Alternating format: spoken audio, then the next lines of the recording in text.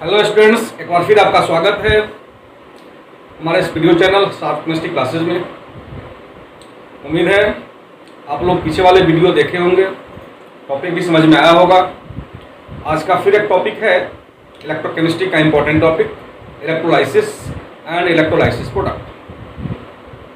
Video शुरू करने से पहले अगर आपने इस चैनल को सब्सक्राइब नहीं किया होगा, इसको सब्सक्राइब कर लेंगे और बेल आइकन दबा देंगे ताकि जो अगला वीडियो आएगा उसका नोटिफिकेशन आपको समय समय पर मिलता रहे। तो जो लोग नोट तैयार करना चाहते हो वो नोट भी लिख सकते हैं, या तो स्क्रीनशॉट ले करके या वीडियो को पॉज करके नोट तैयार कर सकते हैं। हम अंग्रेजी और हिंदी दोनों में ही बोलने का कोशिश करेंगे। अंग्रेजी वाला नोट करेगा और जो हिंदी वाले हैं वो लोग ध्यान से सुनेंगे, वो हिंदी वाले नोट कर सकते हैं। वीडियो को स्किप नहीं करेंगे, नहीं तो कुछ ना कुछ टॉपिक छूट जाएगा जिससे कि अगला टॉपिक समझने में प्रॉब्लम हो सकता है। तो आप लोग वीडियो को लगातार देखिएगा। अगर एक बार में नहीं कर पाते हैं तो 2 बार करके देखिएगा, ठीक है। तो उम्मीद करते हैं आप लोग तैयार होंगे हमारा ये वीडियो शुरू करने के लिए। ओके, हम लोग आज पढ़ने वाले हैं इलेक्ट्रोकेमिस्ट्री का एक इम्पॉर्टेंट टॉपिक है इलेक्ट्रोलाइसिस एंड इलेक्ट्रोलाइसिस प्रोडक्ट, विद्युत अपघटन एवं विद्युत अपघटन का उत्पाद। है क्या इलेक्ट्रोलाइसिस? इलेक्ट्रोलाइसिस को हम ऐसे डिफाइन कर सकते हैं, the process of decomposition of a substance by passing electric current through its molten state और aqueous solution is called electrolysis. Hindi वाले के लिए, किसी पदार्थ के द्रवित अवस्था या जलीय विलयन से विद्युत धारा प्रवाहित कर उसे आयन में विघटित करने की प्रक्रिया विद्युत अपघटन कहलाता है। And that substance is called electrolyte. और वैसे पदार्थ को विद्युत अपघट्य कहते हैं। जो पदार्थ से द्रवित अवस्था या जलीय विलयन में इलेक्ट्रिक करंट पास कराए और वो आयन में डिसोसिएट हो गया, उस पदार्थ को, उस सब्सटेंस को इलेक्ट्रोलाइट बोले और इस प्रोसेस को इलेक्ट्रोलाइसिस बोले। जैसे हम इलेक्ट्रोलाइट क्या ले सकते हैं? बहुत सारे इलेक्ट्रोलाइट हैं, कुछ स्ट्रॉन्ग होते हैं, कुछ वीक होते हैं। जैसे KCl है, NaCl है, H2SO4 है, कैल्शियम क्लोराइड है, अमोनियम हाइड्रोक्साइड है, सोडियम हाइड्रोक्साइड है, कोई लिया जा सकता है, ठीक है। अब सवाल उठता है कि जब हम इलेक्ट्रोलाइसिस कराने जा रहे हैं तो हमें क्या चाहिए, किस कंडीशन में इलेक्ट्रोलाइसिस कराया जाना चाहिए। तो देखो, हम एक टैंक लिए हैं, ये जिसको हम बोलते हैं, इस टैंक को बोलते हैं इलेक्ट्रोलाइटिक सेल, विद्युत अपघटनी सेल। क्या बोलते हैं इसको? इस टैंक को बोलेंगे इलेक्ट्रोलाइटिक सेल, विद्युत अपघटनी सेल। इसमें हमको इलेक्ट्रोलाइट लिए हैं, 2 प्लेट डाले हैं। एक प्लेट हमारा कैथोड का काम करेगा, दूसरा प्लेट एनोड का काम करेगा, इलेक्ट्रिक सोर्स से जुड़ा हुआ है। अब जब इलेक्ट्रोलाइट लिए हो, या तो ये मोल्टन स्टेट में होगा या एक्वस सॉल्यूशन के फॉर्म में होगा, इससे हम इलेक्ट्रिक करंट जब पास कराएंगे तो क्या होगा कि जो कटायन होगा, इलेक्ट्रोलाइट जब डिसोसिएट होगा आयन में, मतलब कटायन धनायन या ऋणायन बनाएगा, धनायन और ऋणायन बनाएगा। तो जो धनायन है, कटायन है, वो जाएगा कहाँ? कैथोड पर। क्योंकि जो कटायन है इसको इलेक्ट्रॉन की आवश्यकता है, इलेक्ट्रॉन कहां से इसको मिलेगा? कैथोड पर। कैथोड का मतलब होता है रिडक्शन, मतलब गेन ऑफ इलेक्ट्रॉन। तो जो कटायन है उसको इलेक्ट्रॉन चाहिए, वो इलेक्ट्रॉन गेन करने वाला है, तो कहां गेन करेगा इलेक्ट्रॉन? कैथोड। और जो अनायन है उस इलेक्ट्रोलाइट का, वो कहां आएगा? एनोड पर। चूंकि इसके पास एक्स्ट्रा इलेक्ट्रॉन है, इलेक्ट्रॉन लूज करेगा ये लॉस ऑफ इलेक्ट्रॉन कहां होता है? एनोड पे। ऑक्सीडेशन होता है, लॉस ऑफ इलेक्ट्रॉन होता है, वो एनोड पर जाएगा। अब जब कटायन कैथोड पे, अनायन एनोड पे गया, अब यहां से हमको प्रोडक्ट मिलेगा, इलेक्ट्रोलाइटिक प्रोडक्ट। यहां से हमको प्रोडक्ट मिलेगा। तो ये भी एक प्रोडक्ट ही है, ये प्राइमरी प्रोडक्ट था, ये सेकेंडरी प्रोडक्ट है। मतलब फाइनली हमको इलेक्ट्रोड से प्रोडक्ट प्राप्त होगा जिसको इलेक्ट्रोलाइसिस प्रोडक्ट बोलते हैं, विद्युत अपघटनी उत्पाद बोलते हैं, ठीक है। अब ये जो प्रोसेस हम अभी कराएं, इसके लिए क्या चाहिए? तो सबसे पहले जो सब्सटेंस लिए हो वो इलेक्ट्रोलाइट होना चाहिए। अब इलेक्ट्रोलाइट भी है तो सारे इलेक्ट्रोलाइट एक जैसे नहीं होते हैं, कुछ स्ट्रॉन्ग है, कुछ वीक है। तो जो सब्सटेंस हम लिए हैं इलेक्ट्रोलाइट के रूप में, उसका नेचर कैसा है उस पर डिपेंड करेगा। मतलब फैक्टर्स अफेक्टिंग द इलेक्ट्रोलाइसिस, विद्युत अपघटन को प्रभावित करने वाला कारक पहला कौन है? तो विद्युत अपघटन की प्रकृति, किस टाइप का इलेक्ट्रोलाइट लिए हो, वो स्ट्रॉन्ग है या वीक है, ये देखना होगा। दूसरा है मटेरियल ऑफ इलेक्ट्रोड, ये जो इलेक्ट्रोड लिए हो कैथोड या एनोड, ये किस मटेरियल का बना है, उसका नेचर क्या है। जैसे बाय द वे ये जो प्लेट लिए हैं हम लोग, ये जो मेटल प्लेट है ये अगर इस कटायन से रिएक्ट कर सकता हो तो एक नया सब्सटेंस बन जाएगा, ये हमको नहीं मिलेगा। ये क्या करेगा, ये जैसे सपोज करो ये क्लोरीन हो या जिंक प्लेट हो, तो क्लोरीन जब जाएगा यहाँ पे तो क्या बनेगा, जिंक क्लोराइड बना लेगा सपोज। मतलब हमको क्लोरीन गैस नहीं मिलेगा, क्या बन जाएगा, वो जिंक क्लोराइड बन जाएगा। तो इस बात पर भी डिपेंड करेगा कि जो तुम प्लेट लिए हो वो कैसा है, किस मटेरियल का बना है। तीसरा है हमारा डीसी, ये जो करंट हम जो दे रहे हैं वो करंट कैसा होना चाहिए इलेक्ट्रोलाइसिस के लिए, डीसी, ठीक है, डायरेक्ट करंट, दिष्ट धारा। और चौथा है जब हम इलेक्ट्रोलाइसिस करा रहे हो तो उस सेल में, उस मीडियम में वैसे स्पीशीज हो जिसका ऑक्सीडेशन या रिडक्शन हो सके, जिसका ऑक्सीकरण या अवकरण हो सके, ठीक है। तो ये कुछ कंडीशन है जो इलेक्ट्रोलाइसिस के लिए जरूरी है। सवाल ये है क्या इस मीडियम में एक ही तरह का कटायन बनेगा, क्या एक ही तरह का आनायन बनेगा, नहीं। कुछ कंडीशन में हम लोग देखते क्या है कि जब इलेक्ट्रोलाइसिस करा रहे होते हैं तो आनायन दो तरह के आ गए या कटायन ही दो तरह का बन गया। अब सवाल है कि दो कटायन है सपोज, अब ये दोनों में से कौन सा कटायन कैथोड पे डिपॉजिट होगा, लिबरेट करेगा। देखो रिएक्शन क्या है, केमिकल चेंज हो रहा है यहाँ पे। केमिकल चेंज है क्या, एक तरह का रेस है, जिसकी एबिलिटी ज्यादा है दौड़ है ये, जिसकी एबिलिटी ज्यादा है वो सिलेक्ट होगा, जिसकी कम है वो छट जाएगा। वही यहाँ पर भी है, यहाँ पर भी क्या होगा कि देखेंगे हम लोग कैथोड के, अगर कैथोड पे डिपॉजिट होने की बात अगर कर रहे हैं तो कैथोड पर क्या हो रहा है, रिडक्शन। तो रिडक्शन किसका होगा, तो लिखे हैं यहाँ पर, देख लो ध्यान दो, कैथोड पे क्या हो रहा है, रिडक्शन हो रहा है। तो कौन जाएगा रिड्यूस होने, कटायन, उसको इलेक्ट्रॉन चाहिए, गेन करना है इलेक्ट्रॉन। तो जो स्पीशीज रिड्यूस होने जा रहा है उसका स्टैंडर्ड इलेक्ट्रोड पोटेंशियल हायर होना चाहिए। मतलब दो स्पीशीज है, अब दोनों में से तुम देखोगे कि किसका स्टैंडर्ड इलेक्ट्रोड पोटेंशियल हायर है। जिसका हायर स्टैंडर्ड इलेक्ट्रोड पोटेंशियल होगा वो कैथोड पर डिपॉजिट होगा, वो प्रोडक्ट बनेगा, और जिसका कम है वो नहीं होगा, वो मीडियम में रह जाएगा, ठीक है। तो हम बोले कि भाई कैथोड पर रिडक्शन होना है, कौन जाएगा, तो कटायन जाएगा। अब अगर एक से ज्यादा कटायन है तो कौन जाएगा, तो कहा species having higher standard electrode potential will be reduced. वह स्पीशीज जिसका मानक इलेक्ट्रोड विभव अधिक है वो अवकृत होगा, वो कैथोड पर डिपॉजिट होगा, जमा होगा। अगर दो है तो, तीन है तो, उसमें से जिसका ज्यादा है मानक इलेक्ट्रोड विभव वो डिपॉजिट होगा। ऐसे ही एनोड पर कौन होगा, तो एनोड पर ऑक्सीडेशन होना है, कौन जाएगा एनोड पे, आनायन, रिनाइन जाएगा। अब अगर एक से ज्यादा रिनाइन हो तो क्या होगा, यहाँ उल्टा होगा, जिसका लोअर स्टैंडर्ड इलेक्ट्रोड पोटेंशियल है, जिसका मानक इलेक्ट्रोड विभव कम है, वो एनोड पर डिपॉजिट होगा, ज्यादा वाला नहीं होगा डिपॉजिट, ठीक है। ठीक है, अनायन की केस में हम कहें जो एनोड पर जाने वाला है। यहाँ पर एक ऑर्डर लिख दिए हैं, ध्यान दोगे। पोटेशियम कटायन से ज्यादा होता है स्टैंडर्ड इलेक्ट्रोड पोटेंशियल तो कैल्शियम कटायन का, कैल्शियम कटायन से ज्यादा होता है सोडियम कटायन का, सोडियम कटायन से ज्यादा मैग्नीशियम कटायन का। ये ऑर्डर है, इंक्रीजिंग ऑर्डर है।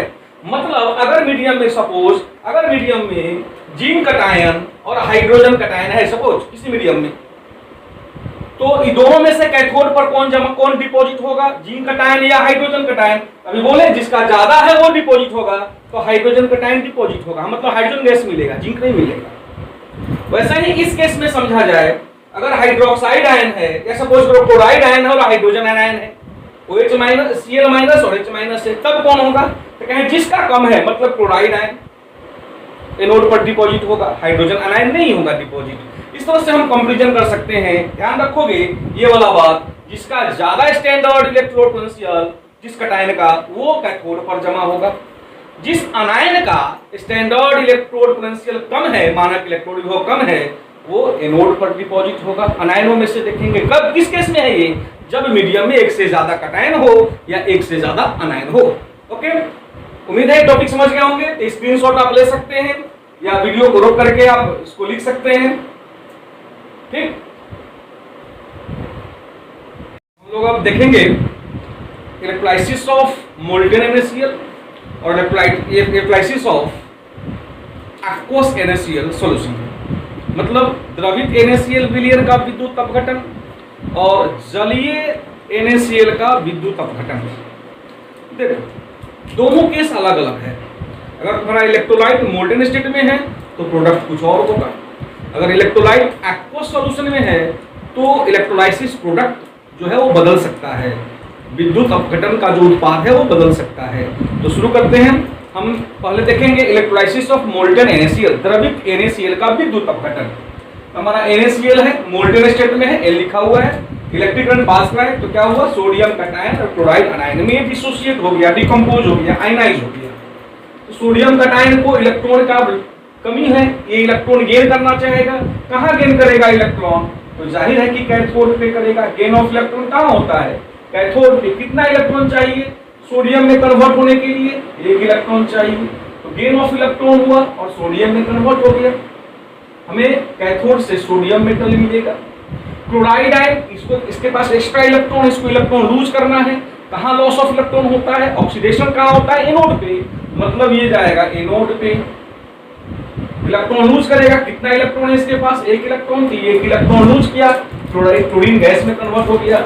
एक क्लोरीन है तो Cl2 के फॉर्म में निकलता है, बैलेंस करने के लिए 1/2 Cl2, मतलब 2 कट जाएगा, 1 Cl बैलेंस हो गया। इलेक्ट्रॉन रिलीज किया और क्लोरीन गैस में कन्वर्ट हो गया। यहाँ पर एक ही कैटायन और एक ही अनायन था, यहाँ कोई कंपटीटर नहीं प्रोवाइड करता है तुम्हारा इलेक्ट्रोलाइट। तो इजिली कैथोड से सोडियम और एनोड से क्लोरीन गैस हम प्राप्त कर सकते हैं। ये हमारा इलेक्ट्रोलाइसिस ऑफ मोल्टेन NaCl है। लेकिन in the case of electrolysis of aqueous solution of NaCl, electrolysis product will be changed.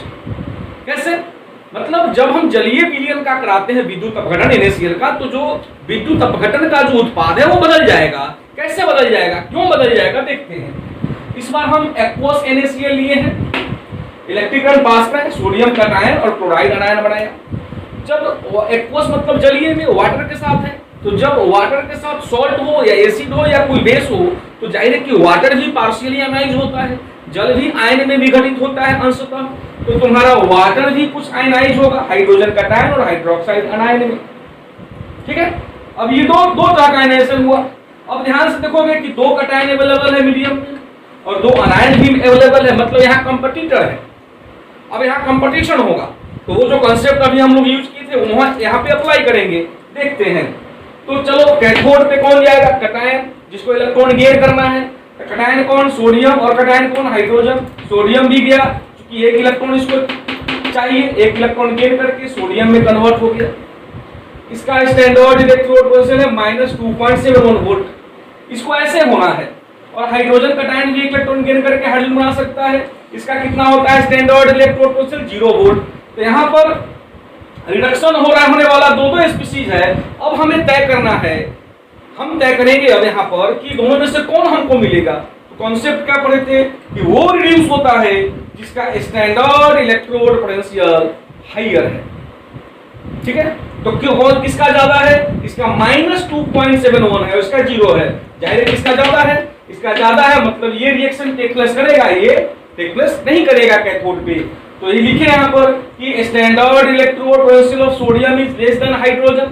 इसका मतलब हाइड्रोजन वाला रिडक्शन होगा, ये रिएक्शन टेक्स प्लेस करेगा, मतलब कैथोड पर हमको हाइड्रोजन प्राप्त होगा। मतलब ये हाइड्रोजन कहाँ से मिल रहा है हमको, तो वाटर से नहीं मिल रहा है। इस रिएक्शन को हम चाहे तो ऐसे लिख सकते हैं कि भाई वाटर आयनाइज हुआ, इलेक्ट्रॉन गेन किया यहाँ पे, और ये हाइड्रोजन गैस दिया, साथ में हाइड्रोक्साइड आयन दिया। देख लो ना, ये हाइड्रोजन गैस दिया वाटर और साथ में हाइड्रोक्साइड बच गया। गौर करो, इस इक्वेशन को और इस इक्वेशन को अगर ऐड करोगे, हम काटेंगे नहीं लेकिन देख लेते हैं, इससे ये कैंसिल हो जाएगा, नहीं हो जाएगा। H2O plus electron is equal to half H2 plus OH minus, वही लिख दिए वहां पर। इस इक्वेशन और इस इक्वेशन को ऐड करके वहां लिख दिए हैं। ठीक, मतलब कि कैथोड पर ये वाला रिएक्शन टेक प्लेस किया। अब एनोड का बारी आया, एनोड पर कौन जाएगा, जिसको इलेक्ट्रॉन लूज करना है, ऑक्सीडाइज होना है। तो कौन है वो, क्लोराइड आयन और हाइड्रोक्साइड आयन। तो चलो देखते हैं हम, एनोड पर क्लोराइड आयन जाएगा, क्लोरीन बनाएगा इलेक्ट्रॉन लूज करके। इसका कितना है स्टैंडर्ड इलेक्ट्रोड पोटेंशियल 1.36 वोल्ट। और हाइड्रोक्साइड आयन तो वाटर से ही तो मिला है हमको हाइड्रोक्साइड आयन। हम यहाँ लिख दिए कि भाई वाटर जो है हाइड्रोक्साइड आयन को फॉर्म, ये हाइड्रोक्साइड आयन कौन प्रोवाइड कर रहा है, वाटर में कर रहा है। तो वाटर अगर जाएगा ऑक्सीजन बनाएगा और हाइड्रोजन आयन देगा, इलेक्ट्रॉन लूज किया तो वाटर से ऑक्सीजन हुआ ऑक्सीडाइज होकर के, और क्लोराइड आयन से क्लोरीन हुआ। तो देखो वाटर से ऑक्सीडेशन के बाद ऑक्सीजन बन रहा है, इसका कितना है standard electrode potential minus 1.23 volt, इसका 1.36 वोल्ट, तो इसका कम है और इसका ज्यादा है, मतलब कि ऑक्सीजन में ऑक्सीडाइज होने की संभावना ज्यादा होगी। पढ़े हैं कि वो ऑक्सीडाइज होता है एनोड पर जिसका स्टैंडर्ड इलेक्ट्रोड पोटेंशियल कम है, लोअर वाला। तो हम इस इक्वेशन से देख रहे हैं कि इसका तो कम है स्टैंडर्ड इलेक्ट्रोड पोटेंशियल, मतलब हमको ऑक्सीजन प्राप्त होना चाहिए, लेकिन यहाँ एक पेच है, होना चाहिए प्रीफर तो ये करेगा कि भाई लोअर स्टैंडर्ड इलेक्ट्रोड पोटेंशियल वाला ही ऑक्सीडाइज होता है, एनोड पर डिपॉजिट होता है, लिबरेट होता है, मतलब ऑक्सीजन लिबरेट होना चाहिए था, लेकिन ऐसा होता नहीं है। कारण क्या है?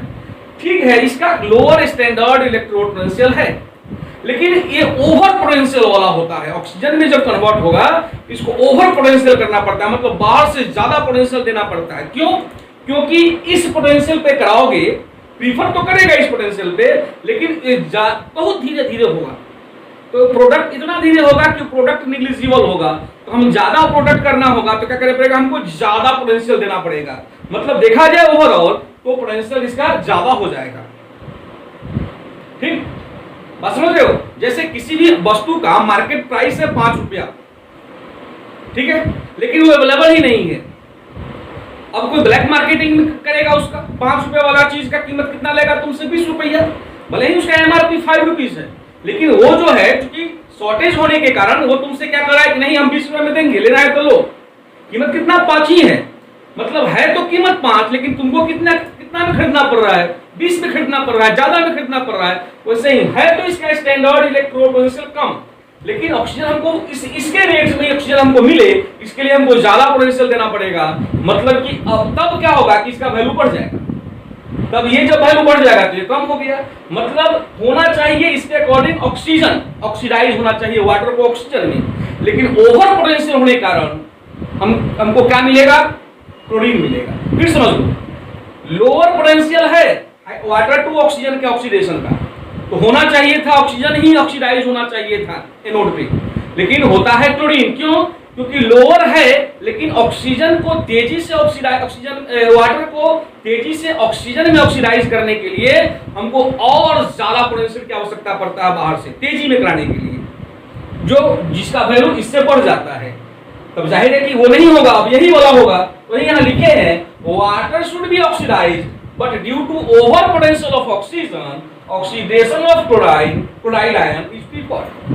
वाटर को ऑक्सीडाइज होना चाहिए था, लेकिन ऑक्सीजन के ओवर पोटेंशियल होने के कारण वो वाटर ऑक्सीडाइज नहीं होगा ऑक्सीजन में, बल्कि क्लोराइड आयन ऑक्सीडाइज होगा क्लोरीन में। ठीक है, तो ये वाला प्रीफर हो गया यहाँ पर। तो हम देख रहे हैं कि कैथोड पर हमारा ये रिएक्शन होगा, ये वाला तो लिख देते हैं। कैथोड पर क्या हुआ? तो वाटर इलेक्ट्रॉन गेन किया, हाइड्रोजन और ऑक्सीजन, ये वाला रिएक्शन यहाँ लिख दिए। एनोड पर तो क्या होगा? तो ये वाला रिएक्शन प्रीफर किएगा, वो लिख दिए। और हमारा NaCl ऐसे आयनाइज हुआ था तो वो लिख दिए। ये तीनों को एक साथ जोड़ दिए। जोड़ोगे तो ध्यान से देखो, NaCl लिख दिए, NaCl एक्वस है, प्लस H2O तो लिख दिए H2O। ठीक है, ये क्लोराइड आयन और ये क्लोराइड आयन कैंसिल हो जाएगा, ध्यान से देखना, खत्म। अब उस तरफ आएंगे, half H2 half Cl2 Na plus और OH माइनस लिख दिए। Na प्लस एक्वस है, OH माइनस एक्वस है, हाफ H2 यहाँ वाला लिख दिए, plus half H2 plus half Cl2 लिख दिए। ये ओवरऑल रिएक्शन हो गया। मतलब जब तुम NaCl एक्वस NaCl कराओगे इलेक्ट्रोलाइसिस तो तुमको क्या मिलेगा? Na प्लस OH माइनस मतलब सोडियम हाइड्रोक्साइड NaOH, और साथ में क्या मिलेगा? हाइड्रोजन, और क्या मिलेगा? क्लोरीन। तो हाइड्रोजन कहाँ मिलेगा? ध्यान से देखोगे, हाइड्रोजन कहाँ मिलेगा तुमको? कैथोड पर हाइड्रोजन मिलेगा। क्लोरीन कहाँ मिलेगा तुमको? एनोड पर क्लोरीन मिलेगा। और ये सॉल्यूशन जो है NaOH sodium cation hydroxide ion वो मीडियम में रहेगा। ये हमारा इलेक्ट्रोलाइसिस प्रोडक्ट है for electrolysis of aqueous NaCl। तो मोल्टेन वाले में और एक्वस वाले में दोनों में फर्क आ जाता है, इलेक्ट्रोलाइसिस प्रोडक्ट डिफर हो जाता है। ठीक है, उम्मीद है ये टॉपिक आप समझ गए होंगे। चाहे तो इसका स्क्रीनशॉट ले सकते हैं या वीडियो को पॉज करके रोक करके आप इसको नोट कर सकते हैं, हिंदी अंग्रेजी वाला। इस वीडियो को एक बार फिर से बढ़िया से रिवाइज कर लीजिएगा, देख लीजिएगा। ये हमारा एक इम्पोर्टेंट टॉपिक था। हमसे पूछा जाता है इलेक्ट्रोलाइसिस प्रोडक्ट के बारे में। तो जब हम इलेक्ट्रोलाइसिस करा रहे होते हैं तो अक्सर हम लोग प्लेट वैसे मटेरियल का यूज करते हैं जो न्यूट्रल हो, मतलब जो सब्सटेंस इस पर डिपॉजिट हो रहा है, लिबरेट हो रहा है, उससे वो रिएक्ट ना करे। जैसे प्लेटिनम प्लेट अक्सर यूज़ किया जाता है, कार्बन प्लेट यूज़ करते हैं। तो उम्मीद है वीडियो आप लोग को अच्छा लगा होगा, और वीडियो अच्छा लगे तो इसको लाइक कर दीजिएगा और अधिक से अधिक शेयर कीजिएगा, ताकि और भी लॉकडाउन के कंडीशन में जो विद्यार्थी का पढ़ाई रुका हुआ है उनको बेनिफिट हो सके। Okay, thank you.